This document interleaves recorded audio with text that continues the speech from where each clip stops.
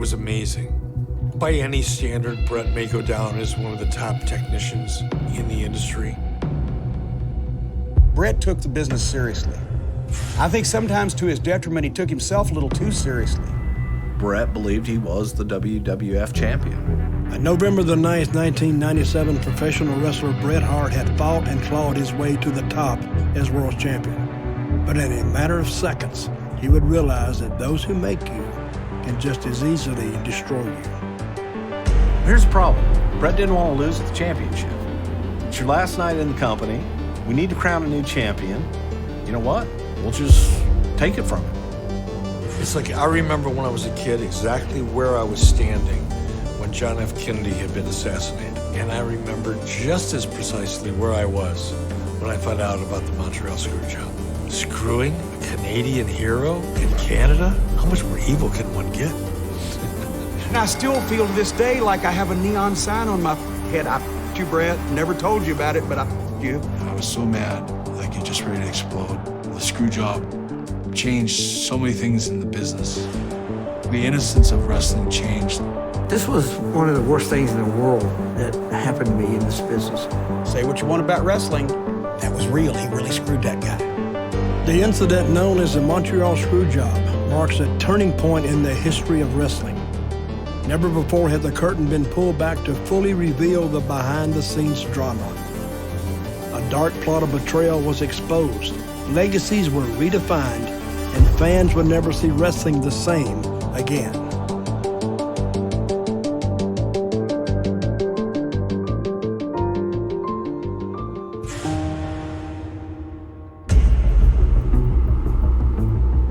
You know, it's one thing I always say about the screw job is that if you go back and you look at all the facts, my story's never changed. It's always been the same story right from day one because I tell the truth.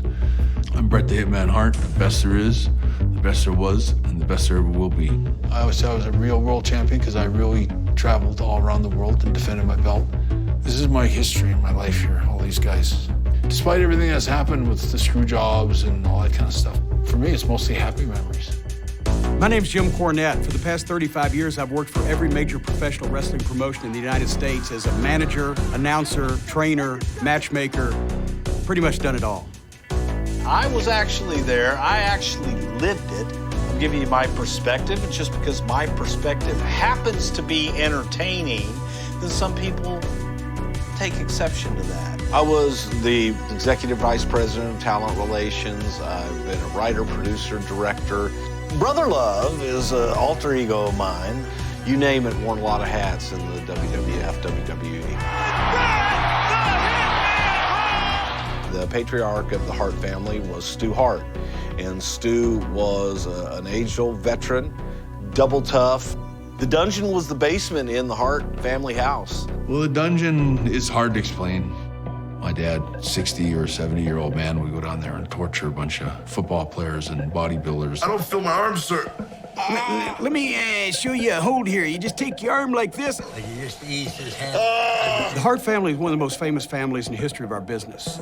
The sons were all wrestlers, the daughters all married wrestlers. They had a wrestling bear that lived under their porch. It was like the Munsters house for the people in Calgary. Stu would invite everybody over and make breakfast. They had a bunch of cats, and he'd take the thing where he's flipping the eggs, and he'd flip the cat shit over there and then go back to flipping the eggs, you know. Made them tough's what it did. And Stu began the Stampede Wrestling promotion in Alberta and had a very successful company there for a long time. Hello, hello, hello, and welcome to this, another edition. And Bret Hart was kind of a pale, skinny, you know, maybe 21-year-old kid or whatever. But you could tell he kind of knew what he was doing. And I'm more confident right now than I've ever been. And there's no reason right now that him and me shouldn't have those belts right now. The Harts were very integral to professional wrestling around the world. In 1984, Stu Hart is trying to keep his struggling territory afloat. The rapidly expanding WWF strikes a deal to acquire the entire promotion, along with Stu's main star, his son Bret. When Vince bought Stu Hart Stampede Wrestling in 1984, he took Bret Hart and Jim Neidhart, who was son-in-law, as a team. The Hart Foundation, they were managed by Jimmy Hart, no relation. They were a tremendous tag team. And Bret Hart had a perfect foil in Shawn Michaels. When you have two guys like Bret Hart and Shawn Michaels that are as talented as they are at what they do to begin with, and then sometimes there's just chemistry. You find a duet between two singers that have never worked together before, but suddenly it's a hit. Look at this. Whoa. 360 in midair. Internationally, we're getting reports back that we've got a megastar on our hands in the form of Bret Hart. His work had made him this megastar. That was all they wanted to see. That's all they wanted to talk about. And at the same time, Ric Flair was the champion, and Rick was having some health issues. We needed to make a change. So Vince is looking at it and going, why not Bret? That's the kind of guy you want to reward. Vince McMahon's one of the most unique individuals on the planet. If you could cross a genius with P.T. Barnum and Donald Trump, you would get the love child that would be Vince McMahon. Vince, honestly, is a third-generation wrestling promoter. Vince controls creative, Vince controls the talent choices. They run the lunch schedule past Vince McMahon to this day. Over the years, Vince had a good relationship with Bret. I don't know, I think that once Bret became champion in Saskatoon, there was a change that was taking place.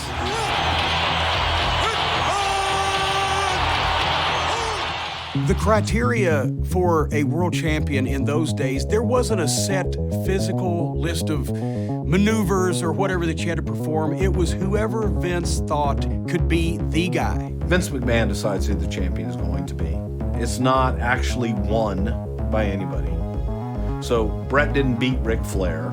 He won the championship in a scripted contest, okay, in a storyline. Bret deserved, to have that accolade. But at the same time, remember that someone made you champion. You didn't really beat anybody.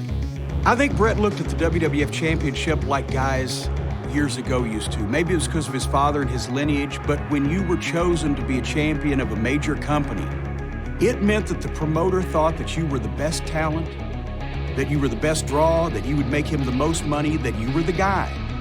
While Bret's star is rising in the WWF, a fledgling promotion suddenly starts edging out Vince McMahon in the television ratings. WCW in the early 90s was a secondary competitor to the WWF. I happened to be Eric Bischoff. As the executive producer, at least I had a voice within WCW. WWF is up here.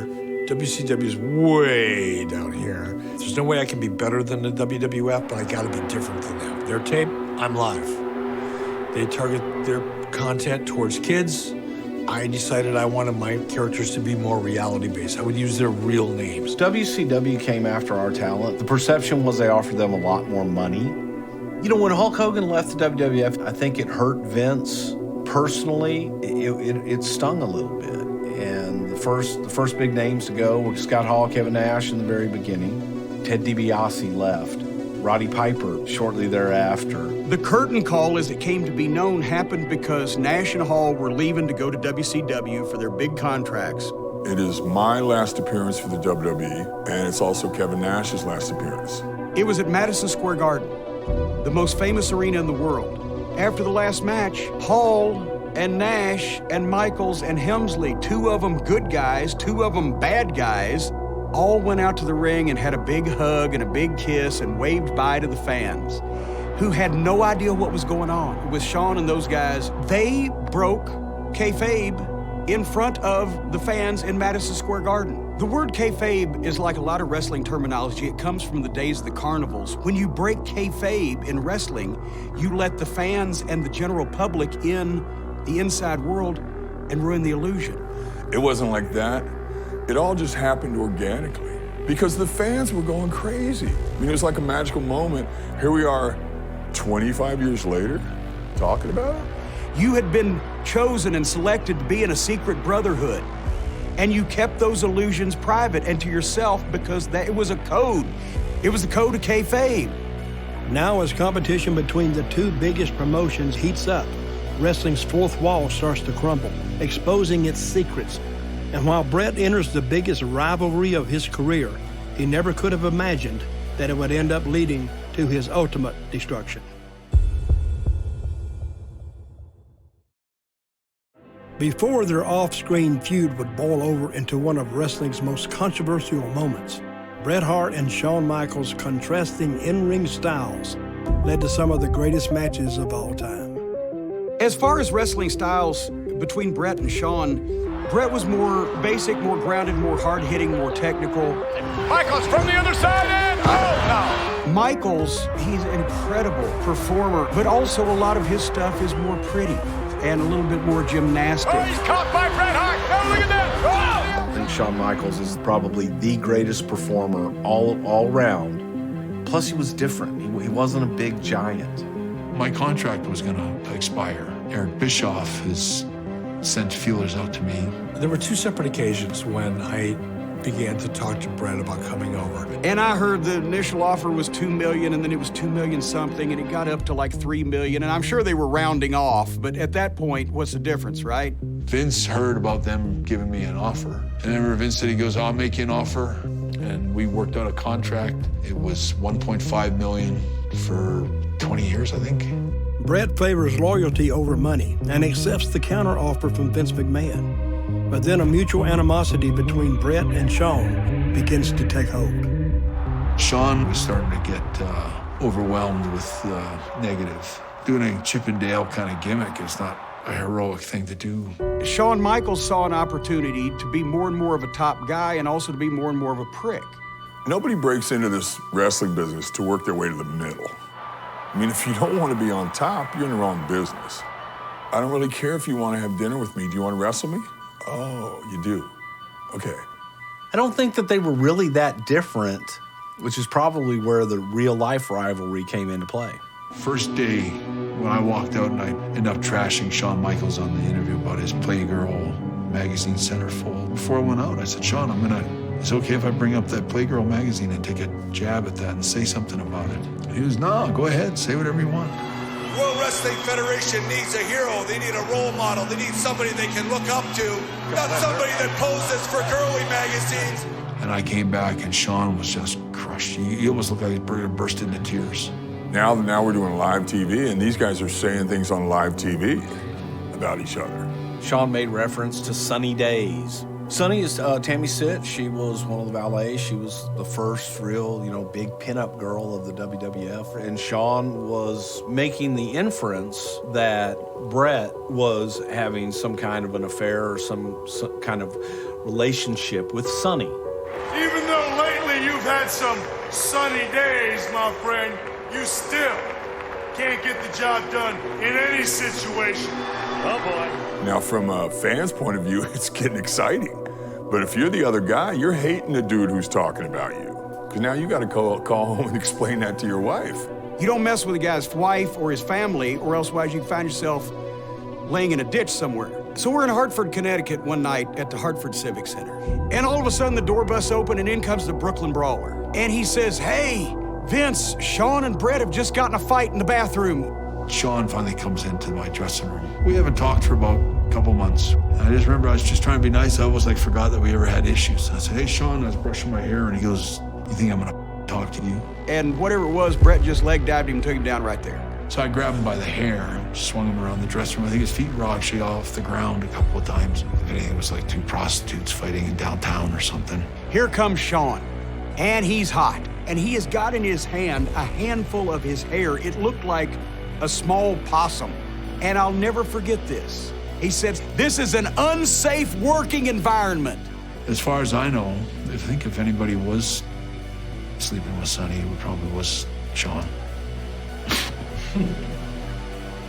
As the backstage friction between Bret and Shawn intensifies, Vince begins to lose the TV ratings war and is forced to cut costs. Vince comes back and looks at the commitment that he had made to Bret Hart, and it was a drain. It was a drain on the company for what we were bringing in at the time. Vince told me that basically he couldn't afford to pay me the contract that he'd given me. It kind of broke my heart, where it's like, okay, I get it. I remember I got off the phone from him and I said, I guess I'm done. I hung up with Vince and I signed my WCW contract. I can't remember exactly what day or when I heard that Brett had made the deal and was going to WCW, but Vince told us Brett was going to finish up at Survivor Series. He'd drop the belt and then he'd be free. It didn't turn out that way. With Brett leaving the company, Brett wasn't just leaving the company. He was leaving the company and going to our competitor that was beating us in the ratings. To have our champion leave the company is bad enough. To have them leave the company with the championship is a kick in the nuts. The time-honored tradition is when you're leaving a territory or a promotion, you lose on the way out. I got to tell you, in the beginning, there wasn't a whole lot of worry about it because it was Brett, and we thought that there would not be any issue with Brett dropping the championship to whoever we asked him to drop the championship to.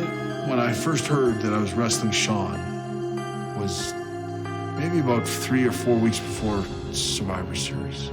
Anyway, so Vince pulled me, he's all excited, he goes, we're gonna drop the belt to Sean. So when I saw Sean, I thought this is your chance to open the door for sort of dialogue. So I remember when we shook hands, I said, Sean, I just heard that we're wrestling at Survivor Series.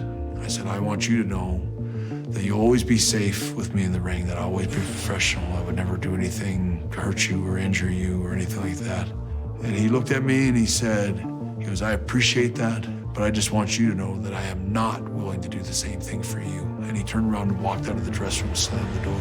Vince, even though he knew that Sean and Brett hated each other, somehow he thought this match was magically going to go in the ring and everything was going to work out like he wanted. And the closer that we got to the match, the more obvious it was that it was not. One of the things he had given Brett in that brand new contract with all the bells and whistles was reasonable creative control of his character and the way he was presented. I'm the boss of my last 60 days. Why would I lose to Sean?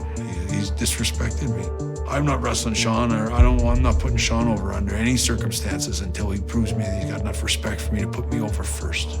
And I was on Brett's side, because Sean was the prick, not Brett, but we had to get the belt back. The news of Vince's current champion signing with his main competitor would spell his defeat in the ratings war. With his back to the wall, Vince must get his belt off Brett, and what he's about to do will echo far beyond the wrestling world. With his last match in the WWF less than 24 hours away, Bret Hart is refusing any scenario which has him losing the belt to his real-life nemesis, Shawn Michaels. Bret is growing suspicious of what his boss, Vince McMahon, might do. Showed up that day and I was ready for my match. But I did have suspicions about the referee. I remember thinking the only way they can screw me, like Shawn will never pin me or make me tap out. So I wasn't worried about that. I said, but the way it'll work is they'll get the referee. Hello, I'm Earl Hebner. I'm a referee. My relationship with Bret was great. Most of the time, he always wanted me to ref his matches. People think, oh, I can count to 3 and it's over. That's not the ball game. We're sort of a coach. You're thinking for 3 people. It's very, very hard.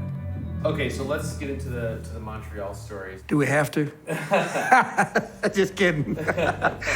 The day before that show, I got on the plane, got in my seat. The stewardess came back and said, Mr. Hebner? I said, yes, ma'am.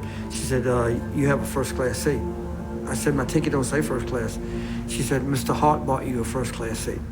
So I went on up and sat beside Bret, and we talked, and Bret said, will you promise me one thing? I said, what's that? He said, you won't count me out? I said, nope, I will not count you out. I said, you know they're gonna ask you to screw me tomorrow. But he got the tears in his eyes and he got his lip quivering and he was like, the hell with that, I swear to God on my kids, I would never, and he was so adamant. And I shook his hand and I said, just tell me if something like that's gonna happen. Complicating matters. A film crew producing a documentary called Wrestling with Shadows is following Bret to capture his last WWF match. From the second I land, I've got the entire High Roads production film crew. They're filming, and they got the boom mics and the whole thing, and they follow me wherever I went. It was like a lot of people that I didn't even know all around the building. The idea was that Vince would get with Bret.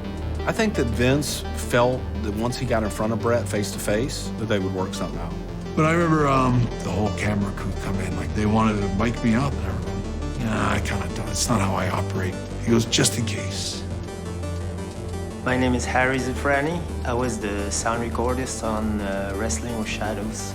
The director told us, look, we gotta be very low profile about this. You know, nobody should know that Bret Hart is wired. It was a private meeting, and Bret went in wired. Didn't let Vince know that he was recording it. I never ever wanted to leave here with any kind of bad feeling. But this week has been a bad week for me. I feel kind of betrayed a little bit. The way this whole thing has been depicted, it's really hard for me as a hero here to come up short. I was determined to stick to my guns, and that I was not backing down. And right away, Vince goes, well, what are we gonna do?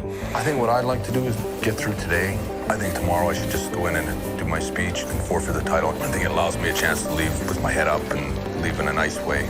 I would think it'd be a run-in type thing. But, yeah. But I'm open to No, I think that's... I'm open to anything. Going into this match, you knew what about what was going to happen? I knew that there was a point in the match where Bulldog and Owen would run out, referee would lose control of the match, ring the bell, there would be no winner, and we would go off with a lot of chaos going on in the ring.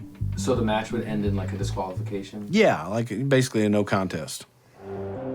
Like I remember walking out to the ring, and I knew, like, okay, be leery of submission holds in a match like this. But I already talked to Earl, and I thought about it, and it's like, I said, okay. I trusted Earl, and so I put my guard down. That was my fatal mistake. I'm walking down to go to the ring, and I'm getting pulled aside. And Jerry Briscoe says, Vince McMahon wants you to ring the bell when he puts Bret in the sharpshooter. I said, what? He said, well, are you going to do it? I said, I don't know. Jerry Briscoe is a producer agent, one of the toughest sumbitches on the face of the earth. He grabs me by the arm. He says, is Bret Hart going to pay you? This is what Vince wants. Do you want a job or not? I said, I don't have an idea of what I'm going to do right now. Y'all messed my mind up. And this is the truth. I'm thinking he had opportunity to drop the belt. I know this is not right, but I got to have a job. I told my brother to put all my shit in the car. This ain't gonna look good, get all my shit out the dressing room and put it in the car. So I'm walking to the ring. God, I promised Bret I wouldn't count him out. That was the longest walk of my life. We had a great match planned out, and Sean was a great wrestler. We're gonna start fighting before the bell starts. I don't think this match has officially even started. Finally, after about 10 minutes of brawling out and fighting out in the crowd and stuff, I eventually fight Sean back to the ring, throw him in the ring, and now the match starts. They get in the ring, I ring the bell to start, and I'm going, God, don't put the sharpshooter on. The match lasts 10, 15 minutes.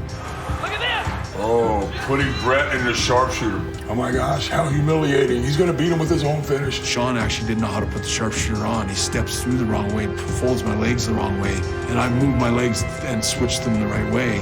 I remember when he put it on, I flipped over, I could see Vince McMahon, and I could see him, he's got this cold look on his face, and he's yelling at to ring the bell. Ring the bell, and he kept saying it to the guy, ring the bell. As the match was going on, I'm going, I don't know what I'm gonna do. I hated it. And I remember in that moment of looking at the timekeeper, and Vince snaps at him, ring the bell. Oh, they're screwing me right now. And I remember reaching back and showing that I wasn't submitting, and I grabbed Sean's leg and started to reverse. But you could hear the bell ding, ding, ding.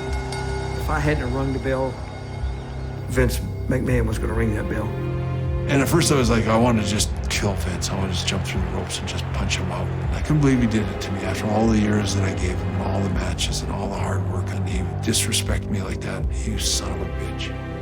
I jumped out of the ring, ran across the floor, jumped the hockey fence, and could still hear the bell ringing, jumped in the car, and we drove off.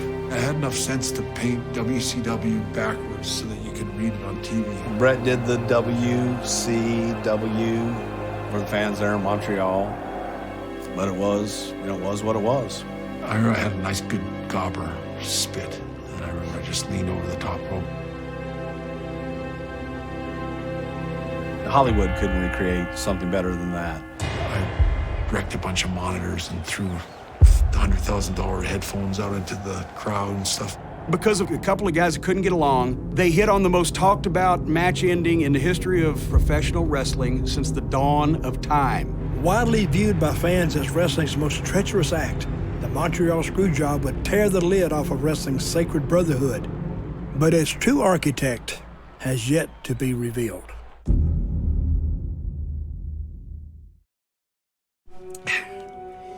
This is where I've told a couple of these things. I've never gone this far, but I figured, like I said, I'm not going to talk about this on TV anytime in the rest of my life, so I guess at this point I don't care who gets mad at me. So it was me and Vince Russo at Vince McMahon's house. My name is Vince Russo. I was the head writer at the WWE during the infamous Montreal Screwjob. And quite honestly, I wasn't even originally slated for this documentary. And then I wanted to be a part of it because I was there. Like, I knew what would happen. So I'm sitting there that day. First, Vince gets up and he takes a phone call from Brett. What I could tell you about that phone call is, Vince pitched many different scenarios for Shawn Michaels to take the belt off of Bret Hart. And Bret soured on every single one of them. Vince told Bret we'd go back to the drawing board, and that's exactly what we did. Well, this finish won't work, and that finish won't work, and Bret just wants to come out and hand the belt over on TV the following night without getting beat. I'm sure he does. So then he goes and he calls Shawn. Every time Vince goes in there, then I have to sit in a room twiddling my thumbs with the guy that I hate worse than anybody in the world, Vince Russo. We'd get in these creative meetings, and the three of us would argue. And it wasn't the three of us, it was Jim and me. We could not be farther apart physically, philosophically, mentally, morally. If one of us was an African-American lesbian nun and the other was a Nazi skinhead Martian from outer space, we could not be more different. The problem is he's still living in 1970. I'll never forget he made the comment, when a guy comes out of a box, he's instantly over. Like, bro, this is like 1996. Like, who's coming out of boxes, bro? Vince Russo's never had any respect for professional wrestling. He booked the wrestling program to pattern after Jerry Springer. Our styles completely crash. Finally, Vince comes out, and I'm about lost my religion with the whole creative team thing anyway, because it's not my style of wrestling. I'm living in Connecticut. I'm miserable. I weigh 280 pounds because I'm aggravation eating. I'm not in my element here. I said, Vince, there's got to be something we can do. I said, it's your company and it's your belt. So then Vince looks at me and says, well, then how would you do it, pal? Well, now it's a challenge. Once again, I'm going through every finish I can think of or every situation I can ever think of where nobody wanted to do a job. I said, goddamn, double crossing. You can learn more about modern wrestling from these classic books and classic magazines than you can by talking to people today, because history always repeats itself. In 1931, there was another double cross in Montreal, the Battle of the Bite. Strangler Lewis controlled the championship and nobody could get it away from it because it was worth so much money. Lewis has a title match in Montreal against Henry Deglain. They lock up and immediately Deglain grabs Lewis's own hold on Lewis, the headlock, and takes him down, and they go down on the mat because Lewis is working with him, and probably they're gonna do some kind of reversal. Deglain starts screaming bloody murder at the top of his lungs. The referee checks Deglain. Huge bite mark on the guy's chest. Apparently, when Deglain got the headlock on Lewis, Lewis had bitten him. Here's the thing. It was actually Dan Koloff. Deglain's cornerman had bitten him in the locker room and then did this, and then when they locked up, boom, headlock, nobody can see what happened. Referee disqualifies Strangler Lewis and awards the title to Henry Deglain. That's a double cross, and it's as old as the hills in wrestling. So when Vince says, well, how would you do it then? Bret's hold is the sharpshooter. But let Shawn get Bret's hold on him. If the referee just calls for the bell as a submission, nobody can tell anything was wrong because that's what it's supposed to look like anyway. And to tell anybody anything was wrong, I said, Bret Hart, of all people, would have to expose the business. I said, what's he gonna do, call the newspapers? But then Vince, and he gave that humph like he does whenever you would be discussing tomfoolery, and he would say, all right, let's get back to reality, and we went on. Do you recall during that meeting with Vince and Cornette ever told a history lesson about double crosses that had happened in the past? Unless I was in the bathroom during that scenario did not take place in front of me when I was sitting at the table. I'm not gonna call Jim Cornette a liar. And when I was sitting at the table and Cornette was sitting at the same table, I pitched that exact scenario to Vince. So basically, out of pure frustration, I said, Vince, screw it, Vince. Have Sean put the sharpshooter on Brett and have the referee call for the bell. Do that. Vince Russo didn't know what a double cross was. He was sitting there with his eyes open. People tell me all the time, oh, Vince, you take credit for the Montreal Screwjob. I wish I didn't pitch the idea. That was a miserable night. It was one of the worst experiences in my life in the wrestling business. I swear on my mother's grave, my father's grave, my wife's life, and my dog's life, the story I just told you is true. Vince Russo is the biggest liar in professional wrestling, and imagine the territory that takes in. When I was sitting there at the monitor, I saw him going to the spot. That's when I shit myself. Holy, he's actually gonna do this. And look to this, look right now. Close up on the goosebumps. Now I'm thinking, I don't know who else knows about this. I just know that there is a high probability that somebody in this building is gonna wanna beat the shit out of me in the next 10 minutes, and I'm gonna get out of here. When I'm starting my car up and starting to pull out, I heard her car rev the motor and saw the headlights pop up behind me. That had to be Hebner. I beat him out of the building.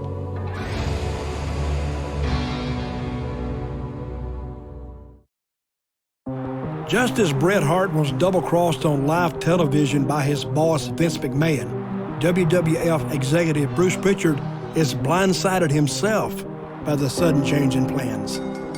So it's chaos. I'm not even realizing what's happening in front of me. How did you feel about not being involved in the... Oh, God, I was pissed off that I wasn't smart enough as to what they were doing. And I was pissed off because I was left in the back, alone, in a position where everyone thought they knew that I was involved. And I wasn't. I felt very alone. I felt betrayed. That piece of shit's locked himself in his office. Cameras are off. Show's over.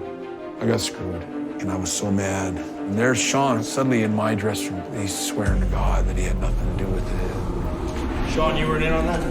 My hands are clean this one, I swear to God. He was a bad actor. But one of the two was in on it, that I think. Sean had to be in on it. You know, at that time, I had no idea. Well, now we know Sean was just putting on an act.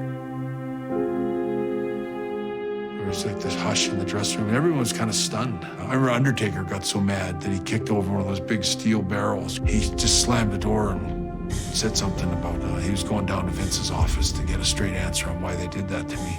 You know, Vince, you got to go over and talk to him, explain why you did what you did. You got to give him one. And by giving him one, if he's gonna hit you, you got to take one. Brett came out of the shower and told Vince get out of his dressing room, and then he said, if you're still here when I get out, I'm gonna get dressed, I'm gonna punch you out. Brett finished the shower. I mean, he went back and took his sweet ass time and finished his shower. And Vince stood right in the middle of the room waiting for him to finish. So I finish shower and I come out, and it's funny because I walk out of the shower sopping wet, naked. Vince said something to me along the lines of, this is the first time I ever had to lie to one of my talent, which is such a lie. I remember tying my shoes, and I remember when I got tying my last shoelace, I started to tie it, and I go, well, this is it. I'm gonna punch out Vince McMahon. I can't believe I'm doing this. And we walked towards each other, end up tying up, just like a pro wrestling match. And I remember just sinking down and kind of just turning my whole body and thinking 14 years and coming up right between our arms. And I hit Vince McMahon with the most beautiful Mike Tyson uppercut. I popped him literally right off the ground. He went straight down, out cold. Everybody was stunned. No one could believe it. It was dead silent for a while, and nobody said anything. And then Brett said, get out of my dressing room. I mean, I have to say that I remember Shawn Michaels. He was bawling his eyes out like a baby. And I remember thinking, I know you were in on it. And he knew it. He was like waiting for me to make my way over to him and finish him off. But I just tapped him on the shoulder and I said, Sean, thanks for the match. Or he couldn't believe that I thanked him for the match. And then he looked up at me and he just burst into tears, like really blubbering. I had never to that point heard of that much drama and backstage just bullshit. Sometimes I lost sleep over what I should have done that day. Brett, you're not gonna understand this now, but Vince was trying to protect his business. It was never about not trusting you. He didn't trust Eric. I went in Vince's office and said, I need to talk to you. He said, okay. I said, he said, I got a meeting with everybody today. We'll take care of it. Set everybody down and said, what I did last night was my call. It's not Earl's fault, and anybody don't like it can come to my office and I'll release your ass right now. The screw job was already in the makings. They had to find somebody that would do it. The conversation I had with Vince where we really had the big heart-to-heart was the following Wednesday in Stamford. And I told him what I thought. Vince's reaction was, if you had known, then you would have known. You would never be able to say that you didn't know. Shawn Michaels risked everything for you and for this company.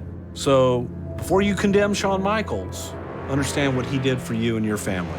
There were a lot of what-if scenarios discussed the night before. And I think that everybody believed that at the end of the day, Vince was going to be able to convince Brett to drop the championship. That didn't happen, so Vince asked Jerry Briscoe to let Shawn know there's a spot in the match that Shawn, when you get him in the sharpshooter, will ring the bell. Of all people, Bret Hart, who was raised in the wrestling business, whose father was a wrestler, who went through the code, he's the one that exposed the business. We're talking with Bret Hart, the Hitman, today. How are you? It was very important to me after 14 years of probably the most dedicated, loyal, hardworking service that you could ever get out of a professional wrestler. I'd given this man everything you could ever ask for, and I made it very, very clear that my character was not in any way, shape, or form going to be humiliated. Brett was telling any and everybody that he could. He didn't lose, he was screwed, and it was something that Vince felt it was important to address on Monday Night Raw. Did you or did you not screw Bret Hart? There's a time-honored tradition in the wrestling business that when someone is leaving, that they show the right amount of respect. And the people are like, no, we don't want to like the rich billionaire boss. We liked Bret Hart. He was our hero. Bret Hart didn't want to honor that tradition. Vince was really giving Bret Hart all kinds of shit for not honoring the time-honored tradition of doing the right thing on the way out. On TV, this didn't happen ever before. Vince, in this interview, just came across very cold, calculated, and very, very heelish. I truly believe that Bret Hart screwed Bret Hart, and he can look in the mirror and know that. Rather than sweep this incident under the rug, Vince capitalizes on it by transforming this real-life incident into a storyline where he reinvents himself as an evil, conniving mastermind. When I debuted, the fans didn't know that Vince was the owner. He was an announcer. And then once the word got out that he actually owns the company, he's the power behind the throne, this and that, Vince ran with it. Mr. McMahon is one of the greatest heel characters of all time, yes. I mean, you've heard arenas full of people chant, asshole, asshole. If they had done it right, everybody prospered. Shawn Michaels became the WWF champion off a big win. Vince McMahon became the catalyst to the evil empire, Mr. McMahon, and they handed the hottest wrestler in the world, Bret Hart, to WCW, and they dropped that ball. In the aftermath of the Montreal Screwjob, wrestling changed forever. The fourth wall had fallen. Vince McMahon's villainous character would propel his company into the stratosphere, while Bret Hart would make his lackluster debut in WCW. You know, if you look at how Bret Hart even came to WCW and how they launched me the very first day. Why don't we bring the man out that's going to referee this match? God, I remember, like, referee, it's so lame, like such a lame way to bring me in. Is that what you want? Referee? Eric Bischoff was an imbecile trying to run wrestling. He didn't have any idea about how to run wrestling. I have to take some responsibility in the fact that there may have been better ways to bring Brett in. I would be honored to be the referee. But at the same time, we'll never know that because the plans that we did have for Brett were executed so piss poorly because of his just detachment from it all. He didn't get over in WCW with zero impact. Hey, Bischoff and the WCW, I quit. I think the legacy of the Montreal Screwjob is that nobody knows if it was really a screwjob or not. I happen to believe it was the real deal. To me, I feel the same way now seeing him back as I did the first time I saw it as a total work. Everybody was in on it, and they all did it together. Now look at Brett's face. He doesn't look too shocked to me. You're gonna spit on Vince, and then the truck is gonna go tight on Vince, go tight on Vince, get Vince wiping the loogie out of his eye. Vince has been in the TV business his whole life. Nothing's gonna happen without his consent. Everybody knows you're leaving. You're gonna stand in what's now your opposition's ring on a global broadcast, and you're gonna motion the call signs of your competitor. If that's not okayed by a big boss, in my mind, they're gonna cut away from that. I mean, I've never discussed it with Sean, I wasn't there, and I didn't ask guys who were there. Watching it as an educated fan, I would say it was a complete collaboration by all parties. And that's all I got to say about that. People do say it was a work, and Brett was in on it. No, man, this is the way this piece of history went down. Conspiracy theorists will always be conspiracy theorists. But unfortunately, sometimes when people want more of a story to be there that just isn't there, they try to create it. When we did an interview with Scott Hall, he believes that the Montreal Screwjob is this very scripted sort of thing. He's not one of them too, is he?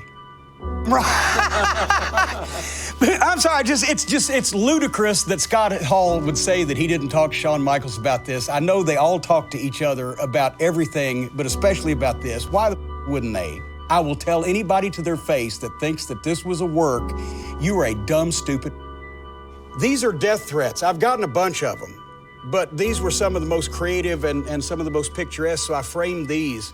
Get by the ring one more time, you make a target under those lights, you won't know where it comes from. Bye-bye.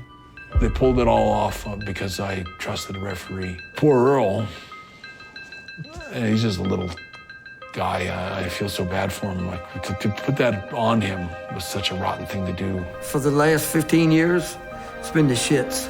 That's always a chant in any arena as you screw Brett. We never talked for a long, long time, many years.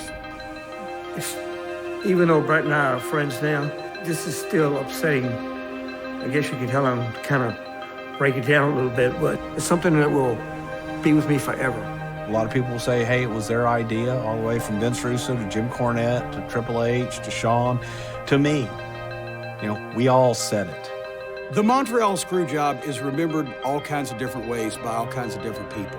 For the fans, it was like one of the first big behind-the-scenes things that exploded, and they heard about and they realized that there was more intrigue in the locker room and in the boardroom than there sometimes was in the ring.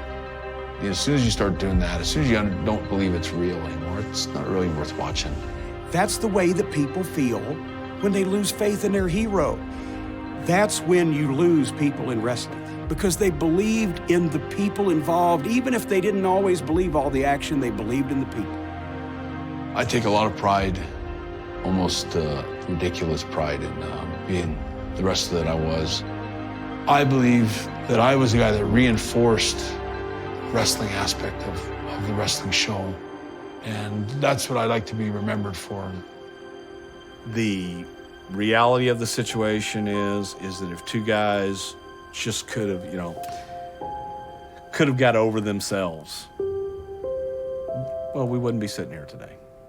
I mean, any final thoughts on, like, Jim? I've ignored him for years, and it's on and on. It's my personal enjoyment at this advanced age to remind everybody at every opportunity that he's a liar. It's freaking wrestling. It means nothing. I will live to piss on his grave. Even if I'm in a walker, my wife already has instructions. She's out of the will. If she doesn't get me there, if I'm not ambulatory, I'll find Vince Russo's grave and I will piss on it, and there will be a picture of that hanging on my wall when I pass away. And hate is a hell of a motivator.